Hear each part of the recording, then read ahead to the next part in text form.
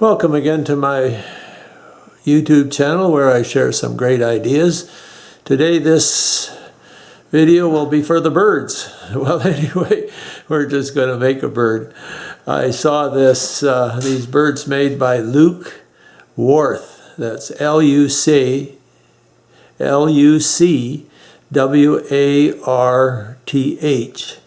And he's posted a lot of birds that he's made on wood turning how-to tips. Now that's a group, wood turning how-to tips. So you search that on your computer and then search for Luke Warth. He's from Europe, I believe, and he's done so many really beautiful ones. He's mounted them all kinds of different ways. And what you really got to see is his wood lathe, though. That's really something. Now, that puts one lathe to shame there. Anyway, if he can do that, you can do it too. So anyway, these were the birds. I showed you to them on my update, and the one on my left is the first one I did, and I didn't do it very well, and I corrected it on the other ones. So anyway, you need a piece of wood. Well, here's a piece of wood here, piece of firewood. I don't have a lot of firewood left from winter, but I went into the pile and picked out this piece, so I'm going to take it to the bandsaw and cut a piece out, mount it on the lathe, and then we'll get started, okay? So just stand by. Okay, I've rounded this piece of wood out slightly. It's flat on this side, but that doesn't matter. So to start your bird, you don't really need a completely round piece, because this side's going to be cut away anyway where the tail is. And I've got a place for a head, and a place for a body, and a place for a tail, and I got space here maybe for a whole new bird. So I thought, well, why waste the wood? I'll make smaller ones. And I think there's a saying, something like, kill two birds with one stone, or something like that, if you have a great idea, but I don't know. But anyway, so I'm just going to lay this down, this body section, reduce it, and I'll show you how to do that part too. Anyway, I'll just fly at this and make some chips here. Okay, the bird's sort of taken shape. This is the body section here, and this is the tail section here, and this is the head section. So it's basically just your artistic turning that has to take over when you do this. And you see this flat spot here doesn't really matter, because when we make our tail, this whole side's going to be cut away. So anyway, and what's important here is the transition from the body to the head is just a slight dip here. It shouldn't be too large, and then it's just a matter of turning till you get something that looks good. So a few of them, practice on a few of them, and pretty soon you'll have a bird that flies. And what would be interesting is, which I haven't done, is because it's winter here, is get some wood from trees where you got different colors in that. This is just a straight white piece of birch, so that it'll be all one color. Of course, it could be stained and painted and stuff like that too to make a bird, but I'm just going to continue lathing on here and see if I can get something that is halfway presentable anyway.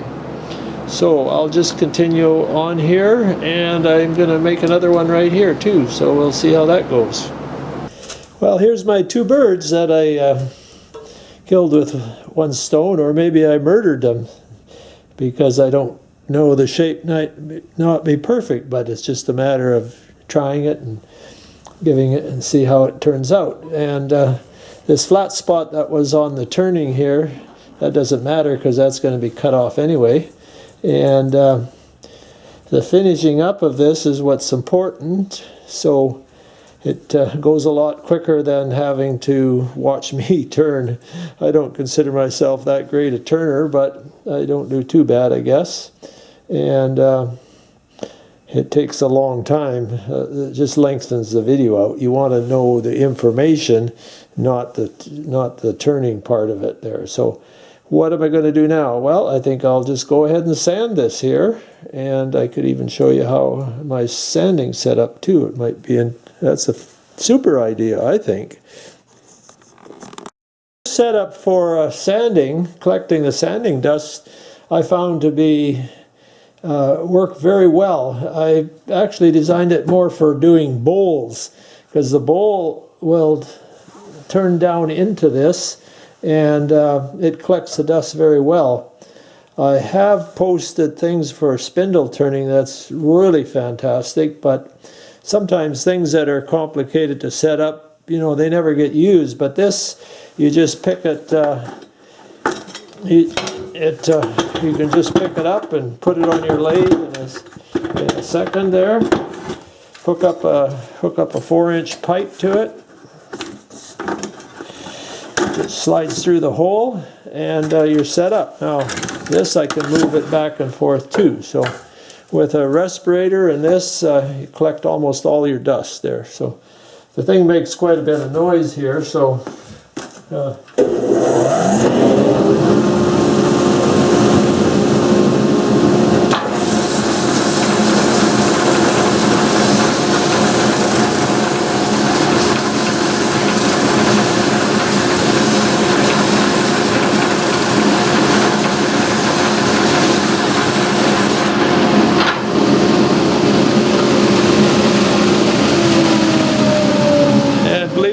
you don't see dust flying up and all over the place with that volume. And I've just got to the side here is just a simple little dust collector with the bag on the top that I just do for that. I don't turn my big dust collector on because it just makes too much noise and sucks all the air out of the shop here. I have it outside where it should be. You should never have a dust collector, big dust collector, inside your shop. And anyway, I'll go get this sanded up, and then we'll go to the next step. Okay, I think I've got it sanded up fairly well. So I'm going to use my parting tool. Got this at Value Village here. It's a high quality tool. Anyway, it sure does work good. I think you can recognize what it is, but you need to go to a thrift store and buy a half a dozen of them for $1. Anyway, yeah, I've tried to make these birds a little different shape on each side. See how it comes up. It's just fun to experiment. And it goes really quick. It's one of your simplest, easiest projects. But if you take a look at that fellow's Luke Worth and see all the different kinds of wood that he's used and how he's mounted them, and I know he must have sold hundreds of them. So it's a good project to use people that are able to go to craft fairs and things like that. The ladies really seem to like them a lot. And you can sell them quite cheap, you know, because it only takes, you know, 5-10 minutes to lathe one out. Anyway, I'm going to part this down farther, and on the ends here, take it off, and I'll end up with 2 pieces, and then we'll go to our next stage. Okay, I got my 2 birds that I killed with 1 stone. Or maybe I murdered them. I don't know. They maybe don't look the best. But whatever. Anyway, it's just a matter of having a good time. So now, the top part his top of his head doesn't look very good. So you need to sand that. So what I've been doing is I just take one of the noisy little sanders and then just roll it around the grill.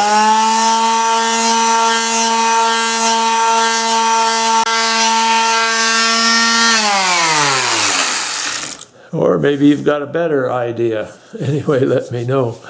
And then that was with 120, and then I'll go to 180 and get it smoothed up fairly good. Okay, so I'll go ahead and finish these up so they're a lot smoother, and then we got to make a tail for this bird, or he won't fly very good. Okay, now we're going to make the tail section here, the tail. And if you look closely on this here, we'll get up close enough. You have to it's a good idea to look at your wood and see what you want to, how you want to position the tail. Now, I've done these right here. You can see this is a kind of an oval thing, and I put that type of grain towards the back, and it'll come out, depending on the piece, it could come out on the front too. So then what I've done, what I'm going to do here, you got to cut that section up, and you can see here how that's cut out. Okay? And so I've located that on the back of this one. It's all light, so you really can't see it. And I've kind of this is the first time I've tried this idea, made a little line just to give some, to help maybe somebody would work out that way too. I made a little line down there, and then I've drawn out the shape of my cutout there. Okay, so that's the line down the back, and then the shape of the cutout there. Okay, and you just have to kind of experiment. There's no set thing. You just have to make it so it looks good, and the more you make them, the better they will be, for sure. So, that said, I'll mark this other one out, and then we'll move over to the bandsaw, and I'll show you what I do there. What I've done in the past is take a clamp of some sort and hook it onto the bird, and have that line at the back here just tangent to the vertical there, and then you see your line, and you don't even need the line, maybe the first while maybe, but then you can just do it freehand, see how it comes out. But anyway, I'll go ahead and cut this out and see how it works.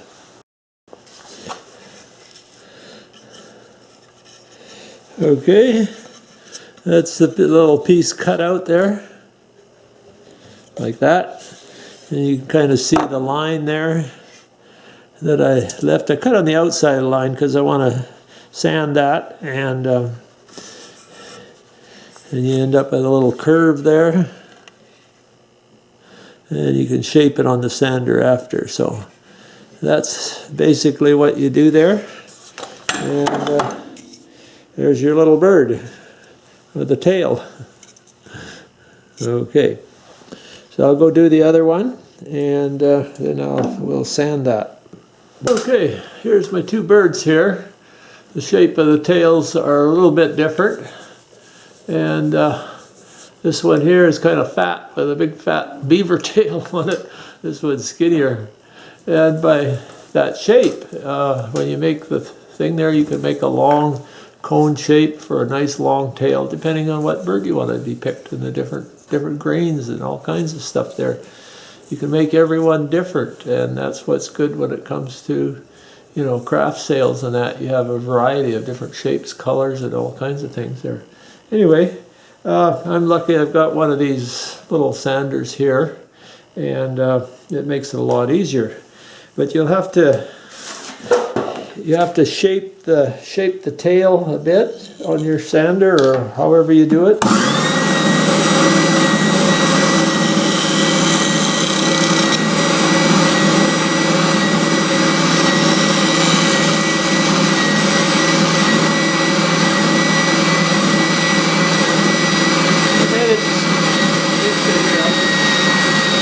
The bottom of it.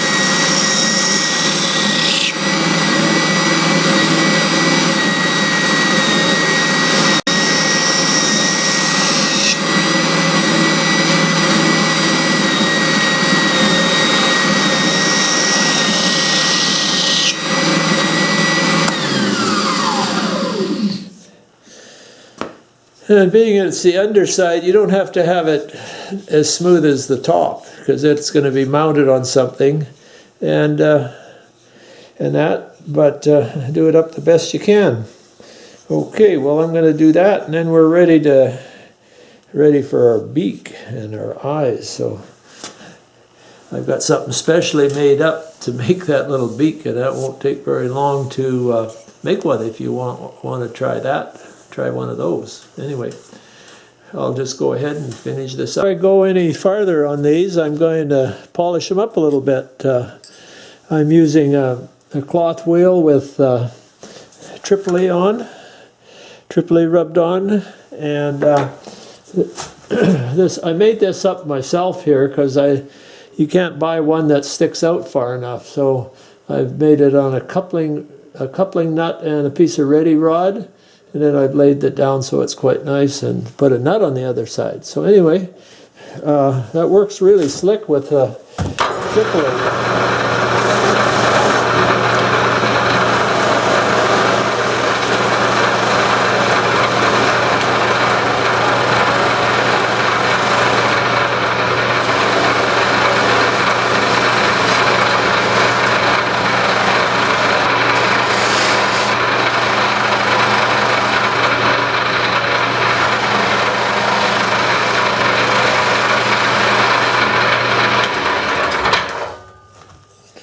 Okay, that's slick and smooth, and just like you put a finish on it.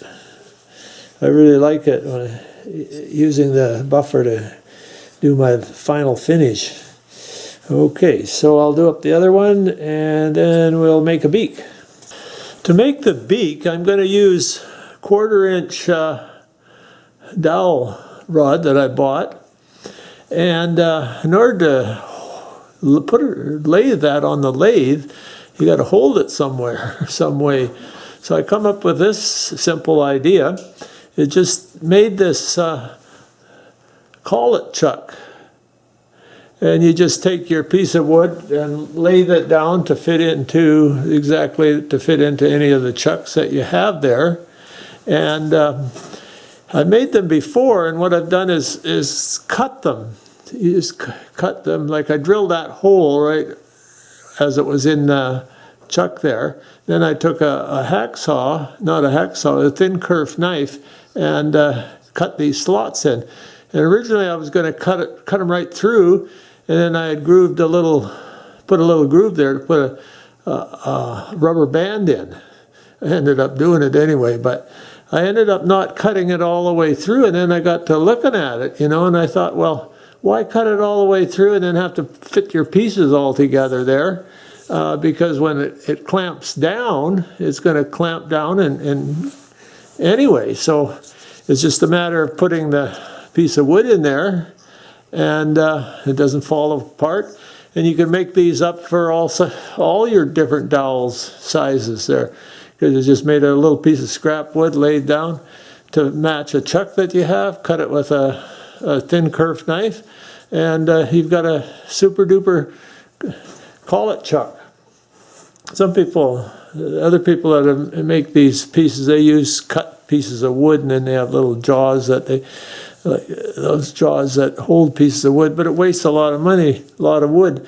But if you have some dowel stock, just use your dowel stock and make this little collet chuck. You'll come up with all kinds of ideas to use this for. So it just pops into the chuck there, and and then we just tighten it up. And when I tighten it up, I put the cuts in between the jaws of your chuck. To me, that seems to make the most sense, and solid as a rock. There, it hardly takes any effort there. So now I'm just going to go ahead and lay that to a point there, and I'll go ahead and get that started, and then we'll come back and take a look at it. Here, this is the first time I've done this. I just thought it was a good idea. I pushed the dowel in to make it stiffer to do the first taper. Then it's just a matter of pulling it out, and then you have to lay this down to a smaller diameter so it'll fit into a hole. I kind of try to aim toward about 1/8 of an inch there, so I do it in 2 stages. Before I did it all just in one thing and then laid this part down, but I think it's a good idea to do this first, especially for the first time you do it, and then pull it out and do the inner part where it's nice and stiff there.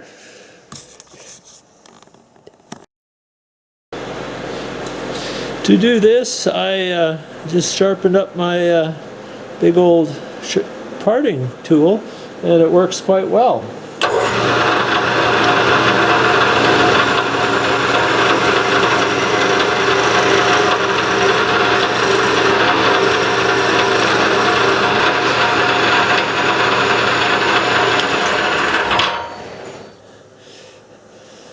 Starting over here and then work back to the chuck there where it's a little stiffer. And yeah, okay, so I'll just run a little piece of sandpaper on here, and then we'll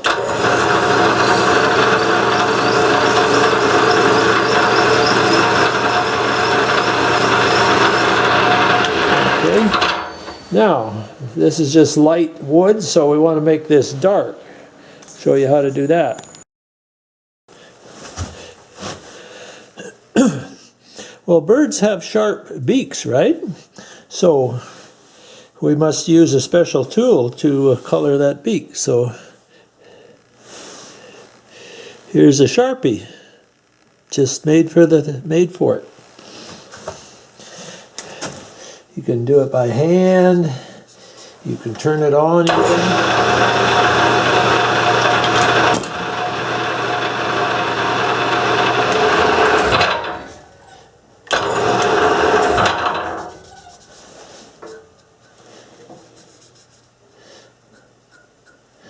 And I do the inside as well, right there, so it doesn't show.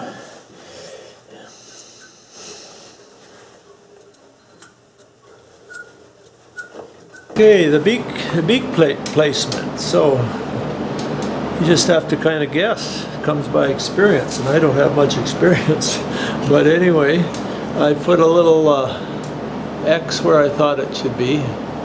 And don't forget to put it on the front of the bird, not on the back, okay? And then I take something that's sharp and poke it right in. Wiggle it around. The main reason for that is to drill your hole, and you can kind of just hold the bird up a little bit and figure out kind of what angle you want. You can change angles and then put it on something solid.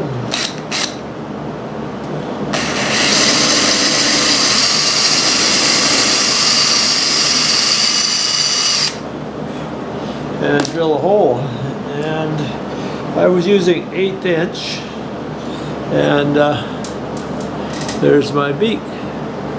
Well, that's my beak there, but this is the bird's beak over here. I'm just trying to get it so where you can actually see it there. Okay. Now the next thing we're going to have to do is eyes. So I'll show you how to do that too.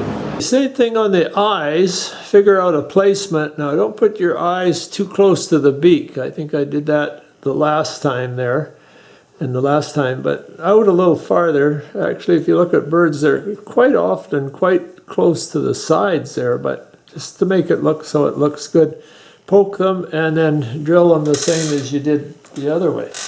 And you don't actually have to put the eyes in, but I'm going to, I thought I needed to.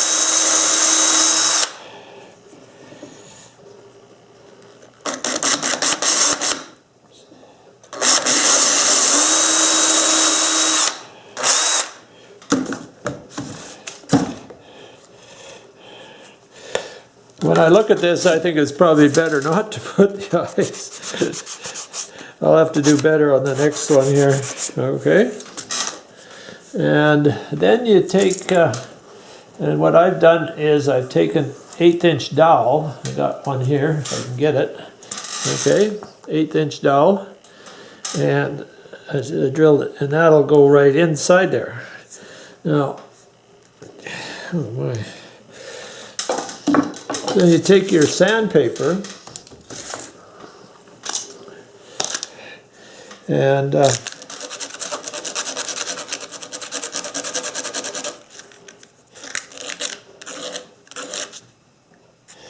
just sand it so it's a little bit of a dome there.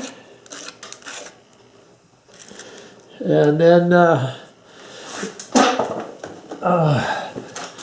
we'd have to take our Sharpie again and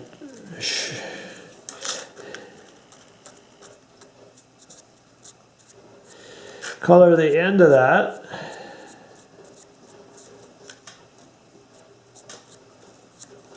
And then I'm going to just cut that off.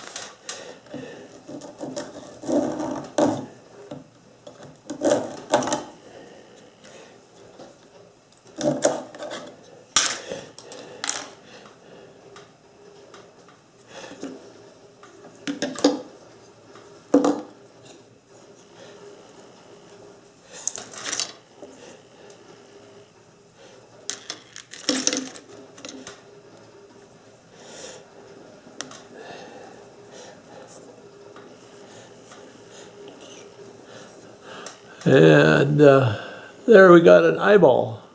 Okay.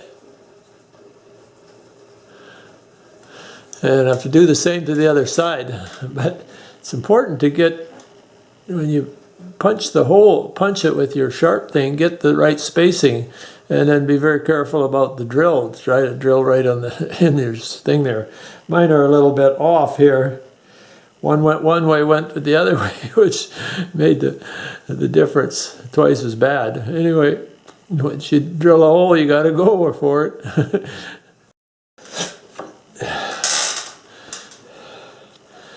Okay, here's this bird here. I got the eyes a little bit better than the other ones. The other one there. Anyway, and then what you need to do is, at least this is what I'm doing on this. There's many ways. If you go to Luke Worth's projects, you'll find multitudes of ways that he's used these birds. Some of them are fantastic, just unreal. Anyway, I've drilled a hole in there and put a dowel in there. And then you take it on a, whatever you're going to mount it on. This is just an old piece of wood here. And set it down, and you can kind of see where how it fits and what angle you want to drill it on. You want your tail to be above whatever you want it, and then once you've got that figured out, you just drill a hole, and a hole over here, and then mount. We'll pop the bird in there, and crazy glue would be good. Okay, tail isn't touching the ground there, and we'll put this one here.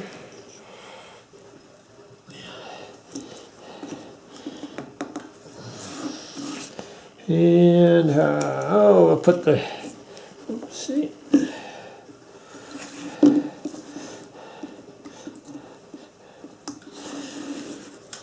My dowel I broke the dowel off. I have to re-drill it anyway. And you can use larger dowels. I just used that 1/8" one. Okay, that was easy to fix anyway. One dowel I just pulled out, and the other one I just ran the drill into it again. And there's my two lovebirds. The bigger, this one here is a little smaller than this one, than the one over here. So this one here will be the female. This is the male.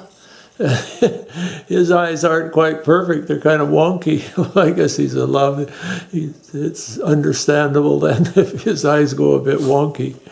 Anyway, that's how you build, how you can lay birds. And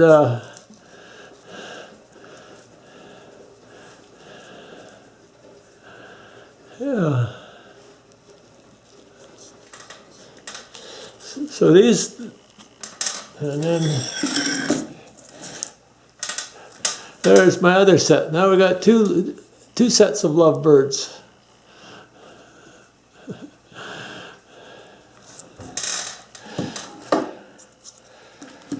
Okay, so I'll put a few pictures in this video too, so now that my brain has got on the right wavelength with the computer, I should be able to do that. And hope you like this video, and it explained things well enough.